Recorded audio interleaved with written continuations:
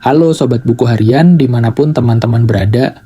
Pada kesempatan kali ini saya akan membagikan sebuah cerita horor untuk Sobat Buku Harian.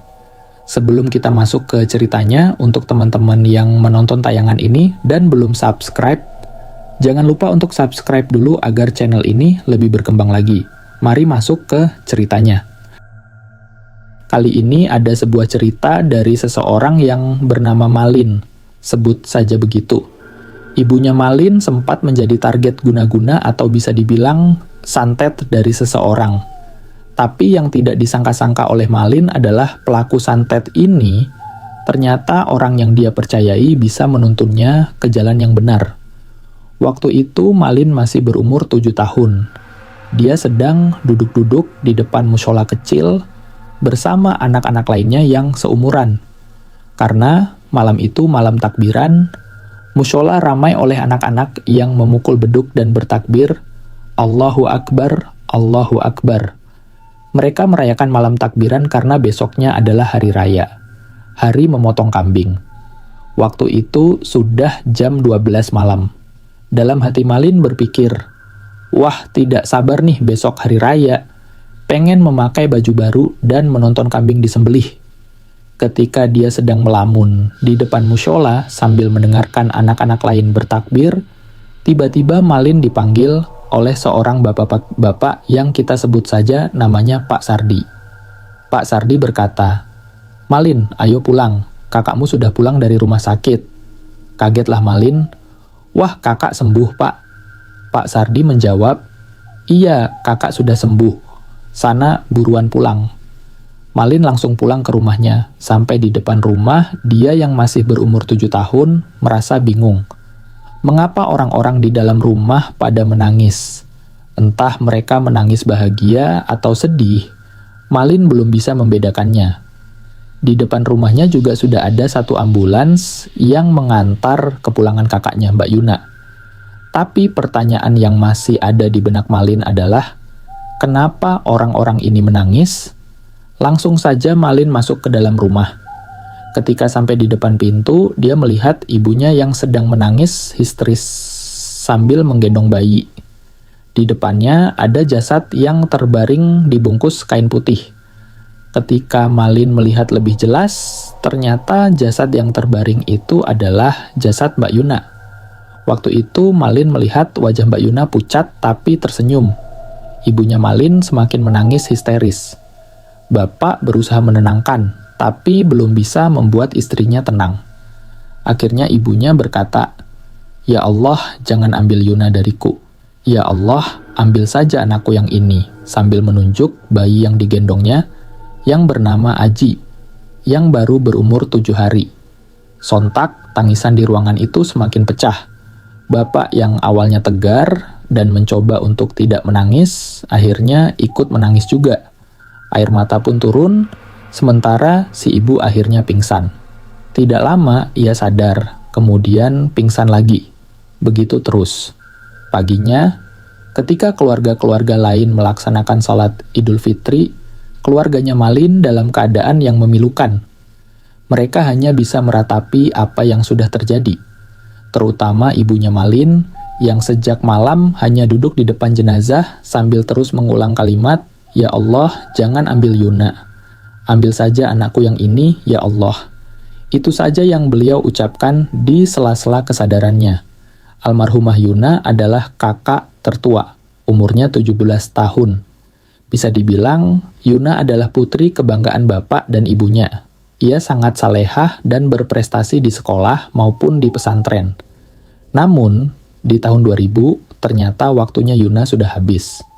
Singkat cerita, jasad Yuna akhirnya dikebumikan. Setelah itu, hari-hari yang dijalani Malin dan keluarganya berubah drastis. Ibunya setiap hari hanya melamun. Sementara bapaknya terus mencoba untuk menguatkan ibunya agar bisa ikhlas dengan apa yang sudah terjadi. Setahun mereka jalani dengan kesedihan, sampai akhirnya peran ibu diambil alih oleh kakak kedua, Mbak Yuni. Bisa dibilang, Mbak Yuni dipaksa dewasa sebelum waktunya untuk mengurus kelima adiknya. Mulai dari mencuci baju, memasak, mengepel, menyapu, dan semua pekerjaan rumah yang biasanya dilakukan ibunya. Sementara itu, kakek masih terpuruk dengan keadaan anaknya, Bu Nina, ibunya Malin. Tahun berikutnya, Bu Nina perlahan bisa ikhlas dan mulai menjalani aktivitas normal seperti biasa. Awalnya Malin berpikir bahwa ujian sudah selesai, tetapi ternyata dia salah. Ujian-ujian selanjutnya akan datang dan lebih berat. 3 tahun setelah kepergian Mbak Yuna, keluarga yang awalnya sudah normal dan hangat kembali diterpa kejadian aneh. Suatu malam, terdengar suara ledakan dari atas rumahnya Malin. Terdengar pula suara Bu Nina teriak dari dalam kamar. Seketika, semua yang ada di rumah itu langsung bangun dan memeriksa keadaan Bu Nina. Ternyata beliau tampak syok, garuk-garuk kepala dan badan, seperti orang ketakutan dan bingung. Beberapa kali suaminya mencoba menenangkan dengan mengajak beristighfar, tetapi Bu Nina hanya diam sambil ketakutan dan jarinya menunjuk ke atas. Di atas, Pak, di atas. Sontak Bapak langsung melihat ke atas, tetapi tidak ada apa-apa. Namun, Bu Nina tampak sangat ketakutan. Akhirnya, Bu Nina pingsan lagi dan Bapak langsung merebahkan istrinya di atas kasur. Waktu itu mungkin sudah jam 3 dini hari. Pak Roma, bapaknya Malin, langsung pergi ke rumah mertuanya, kakek Andra, yang rumahnya berada di samping rumah Bu Nina. Malin mengikuti dari belakang. Singkat cerita, sampai di rumah kakek Andra, Pak Roma mengetuk pintu. "Assalamualaikum," katanya 3 kali sebelum dijawab. "Waalaikumsalam. Ada apa, Roma?" Pak Roma menjelaskan keadaannya dengan ekspresi cemas dan gugup. Kakek Andra langsung keluar rumah dan pergi ke rumah Bu Nina untuk memeriksa keadaan anaknya. Singkat cerita, ketika kakek Andra masuk ke kamar Bu Nina, beliau melihat Bu Nina berbaring di atas kasur. Kakek Andra hanya diam melihatnya, sampai akhirnya beliau berkata, "Astagfirullah." Kakek Andra meminta Pak Roma mengambilkan air dalam gelas. Setelah diambilkan, Pak Roma kembali ke kamar Bu Nina yang sudah ramai oleh keluarga, termasuk Mbak Yuni, Malin, dan lainnya, termasuk Aji yang berumur 3 tahun yang menangis memanggil-manggil ibunya. Kakek Andra mulai menyentuh kening Bu Nina sambil membaca ayat-ayat Al-Quran. Baru sebentar membaca, Bu Nina langsung melotot, kesakitan, dan berkata, "Pak, tolong Pak, kepala saya seperti ditusuk-tusuk paku. Kaki saya seperti dirantai. Pak, tolong Pak." Kakek Andra tidak merespon apa-apa, terus fokus membaca ayat-ayat suci Al-Quran. Setelah beberapa saat, Bu Nina akhirnya pingsan lagi bertepatan dengan azan subuh. Mendengar azan, kakek Andra keluar untuk mengambil air wudhu. Begitu juga dengan Pak Roma dan yang lainnya. Akhirnya mereka semua sholat subuh berjamaah di ruang keluarga. Setelah sholat subuh, kakek Andra mengingatkan menantunya, "Pak Roma, nanti kalau Bu Nina sudah sadar, minumkan air putih yang tadi." Pak Roma hanya mengangguk. Ditunggu-tunggu setelah subuh, Bu Nina tidak kunjung sadar. Baru bangun jam 11 siang. Pak Roma langsung memberikan air putih seperti yang disarankan kakek Andra. Bu Nina berusaha bangun dari kasur, tapi tidak bisa menggerakkan kakinya, persis seperti yang beliau katakan, "Kaki saya seperti dirantai." Semua yang melihat kaget, sementara Bu Nina hanya diam. Melihat kakinya yang tidak bisa digerakkan sambil menangis, kelihatan putus asa. Pak Roma memeluk istrinya, mencoba menenangkan dan menguatkannya. Selama 2 tahun, Bu Nina menjalani hari-hari seperti itu. Bukan hanya lumpuh, tetapi juga sering berbicara hal-hal yang tidak masuk akal, seperti orang kehilangan akal. Beliau hanya sadar dan bertingkah normal ketika azan saja. 2 tahun berlalu, Bu Nina masih belum sembuh, sampai akhirnya kakek Andra menyarankan sebuah rencana tentang apa yang harus dilakukan terkait penyakit anaknya ini. Keluarga Malin berkumpul, termasuk Malin sendiri. Kakek Andra berkata, "Malin, mulai nanti malam kamu belajar ngaji dengan Ustaz Abdul, ya." Ustaz Abdul adalah salah satu ustaz yang seumuran dengan kakek Andra, dan rumahnya sekitar 30 meter dari rumah Bu Nina dan kakek Andra. Malin bingung, biasanya kakeknya yang mengajarinya, kenapa sekarang harus ke Ustaz Abdul? Kakek Andra tidak menjelaskan alasannya. Malin berpikir mungkin kakeknya mulai sibuk menjaga Bu Nina sehingga tidak ada waktu untuk mengajarinya. Ustaz Abdul adalah tokoh berpengaruh di kampung Malin. Banyak orang yang belajar Al-Quran di rumahnya, mulai dari anak-anak, orang dewasa, hingga bapak-bapak seumuran dengan Pak Roma. Anak-anak yang belajar ngaji di sana biasanya menginap dan pulang keesokan paginya karena harus melanjutkan sekolah. Malam harinya, setelah sholat Isya, Malin diantar oleh bapaknya ke rumah Ustaz Abdul dan mulai belajar Al-Quran di sana. Malin disambut hangat oleh Ustaz Abdul dan merasa diperlakukan berbeda dari murid-murid lain. Ia sering diajak makan bersama keluarga Ustaz Abdul, sering diberi snack dan cemilan, dan waktu belajarnya lebih lama dibanding murid lain. Di usia Malin yang hampir 10 tahun, ia diajari ilmu bahasa Arab, ilmu nahwu, dan kitab-kitab lain yang tidak diajarkan kepada murid-murid lainnya. Malin berpikir mungkin ia diperlakukan istimewa karena kakeknya. Sementara itu, di rumah, keadaan Bu Nina makin parah. Tidak hanya lumpuh, setiap kali melihat anggota keluarga atau tetangga yang datang menjenguk, ia terlihat ketakutan. Suatu malam, kakek Andra mencoba mengobati Bu Nina seperti biasa. Namun, gangguannya makin parah. Saat kakek Andra membaca ayat-ayat suci Al-Quran, tiba-tiba beliau muntah darah dan Bu Nina berteriak, "Pak, awas Pak, di belakang Bapak. Pergi kamu, pergi dari rumah ini." Bu Nina menunjuk ke arah kaki kakek Andra. Kakek Andra melihat ke belakang tetapi tidak melihat apa-apa. Sementara Bu Nina menangis histeris, mengatakan bahwa ada sosok nenek-nenek dan sosok hitam tinggi besar yang menyerang kakek Andra. Kakek Andra kemudian keluar kamar dan mengajak Pak Roma berbicara empat mata. Intinya, kakek Andra menyuruh Pak Roma untuk datang ke rumah temannya di Cilegon, bernama Kiai Udin, teman lamanya di pesantren. Kakek Andra berpesan agar Pak Roma meminta Kiai Udin datang ke rumah tanpa bertanya apa-apa lagi. Menjelang waktu subuh, Pak Roma hendak sholat subuh di mushola dekat rumah. Saat membuka pintu rumah, ia melihat sebuah bungkusan plastik putih. Penasaran, Pak Roma membuka bungkusan tersebut dan menemukan buntelan dari kain kafan yang berisi kembang 7 rupa, boneka dari sapu lidi, dan taburan dari bagian bambu yang gatal. Kepala boneka itu diikat beberapa paku berkarat dan kedua kakinya diikat kain kafan kotor yang bercampur tanah. Pak Roma akhirnya memutuskan untuk sholat subuh di rumah saja. Sekitar jam 7 pagi, Mbak Yuni yang sedang menyapu halaman rumah mencium bau amis darah. Ia menemukan percikan darah di halaman yang ternyata mengitari seluruh rumah. Siang harinya, Pak Roma berangkat ke Cilegon sesuai instruksi kakek Andra. Ia bertemu Kiai Udin dan menyampaikan pesan kakek Andra. Kiai Udin setuju untuk datang ke rumah Pak Roma.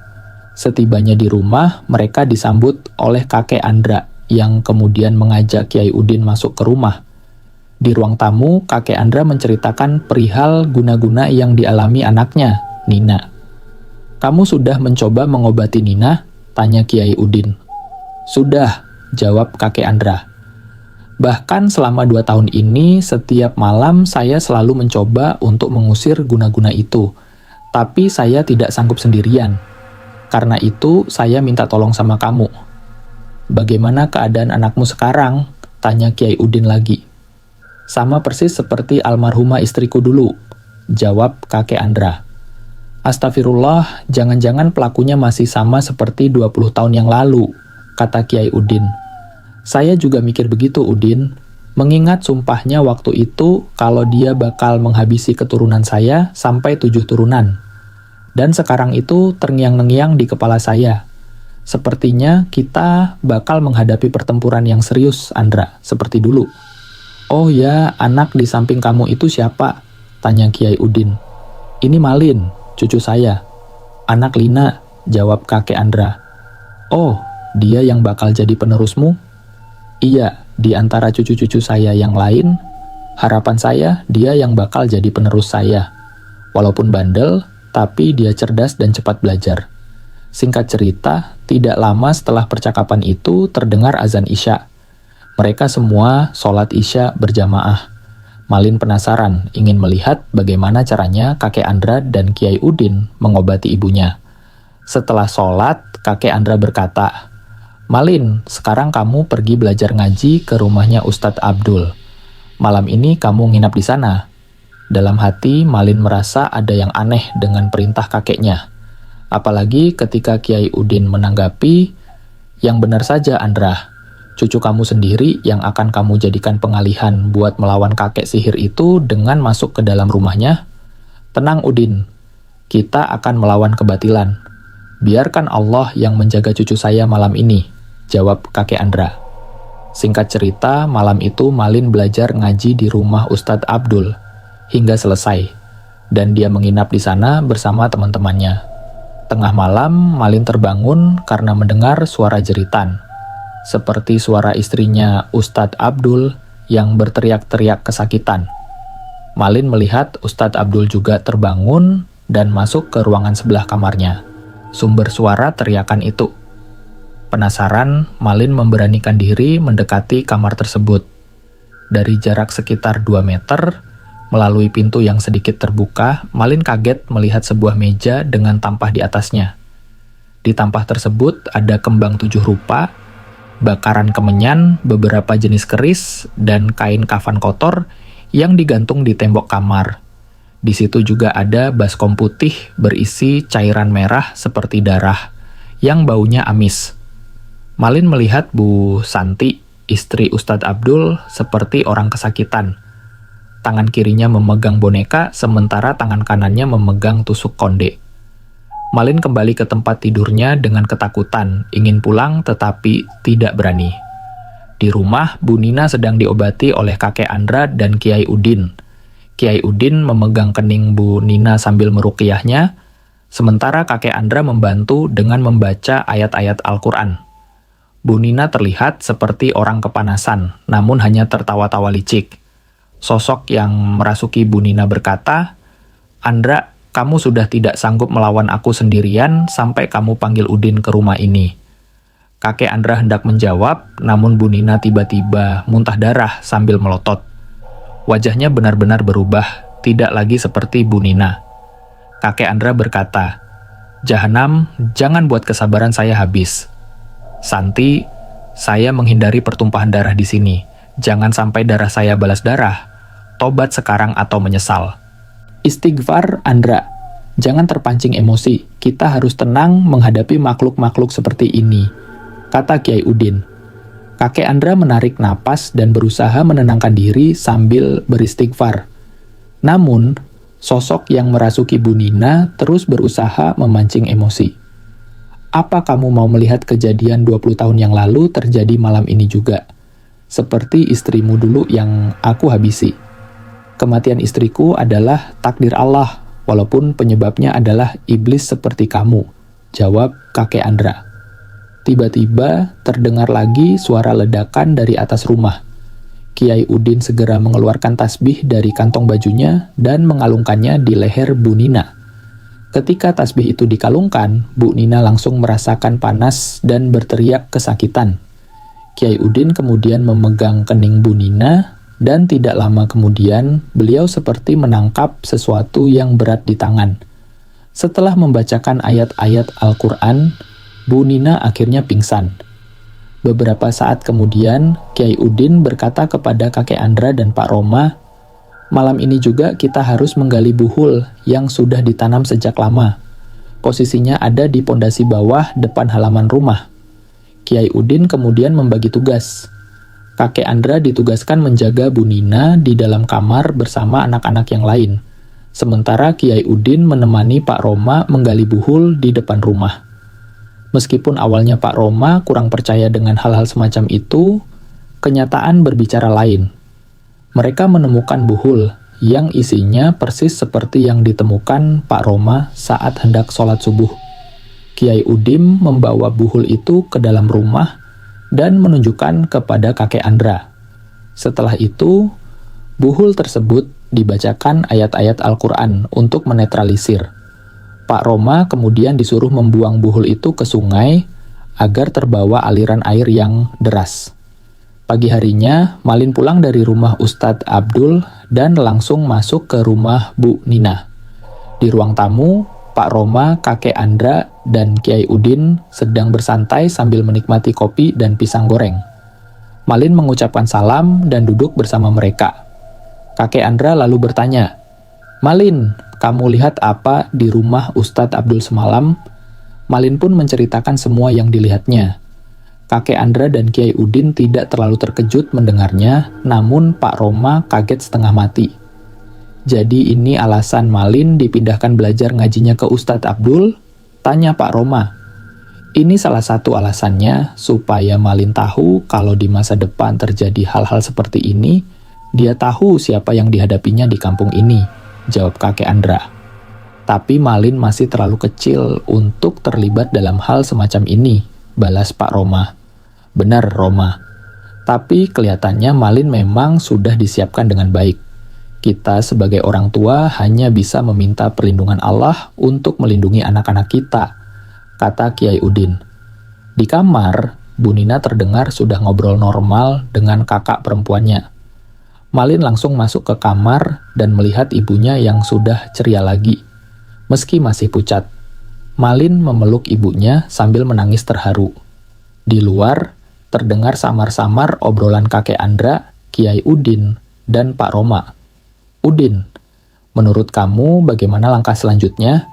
Karena nenek sihir itu nggak mungkin tinggal diam," kata kakek Andra. "Kita pagari rumah ini dengan doa untuk antisipasi serangan-serangan balik dari wanita itu. Sekarang dia pasti sedang terluka parah karena serangannya berbalik ke dia," jawab Kiai Udin. Mereka memagari rumah dengan doa hingga sore. Setelah itu, Kiai Udin diantar pulang oleh Pak Roma. Kondisi Bu Nina sudah membaik meski masih dalam masa pemulihan. Malin tetap belajar ngaji di rumah Ustadz Abdul.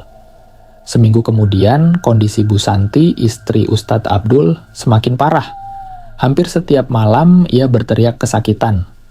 Suatu malam, Malin yang penasaran mengendap ke kamar Bu Santi dan melihat anak pertama Ustadz Abdul mencoba melepaskan tangan Bu Santi yang mencoba mencekik dirinya sendiri.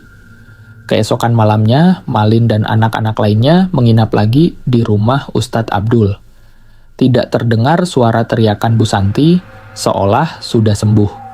Namun, malam berikutnya, ketika Malin dan anak-anak lain hendak belajar ngaji, mereka melihat orang-orang menangis di ruang keluarga. Ternyata Bu Santi meninggal dengan wajah melotot dan mulut menganga, serta bau jasadnya sangat menyengat. Jenazah Bu Santi dimandikan, dikafani, dan disolatkan sebelum dibawa ke pemakaman. Namun, liang lahatnya terlalu kecil sehingga jenazahnya harus ditekuk agar muat. Perdebatan terjadi antara pihak keluarga dan tukang gali kubur, tetapi akhirnya jenazahnya dikebumikan dalam posisi yang tidak wajar. Akhir hayat Bu Santi yang tragis menjadi pengingat akan bahaya santet dan kejahatan gaib. Sungguh mengerikan jika kuburan seseorang tidak diterima oleh bumi. Semoga kisah ini bisa diambil hikmah dan pelajaran. Mohon maaf kalau ada salah-salah kata. Wassalamualaikum warahmatullahi wabarakatuh.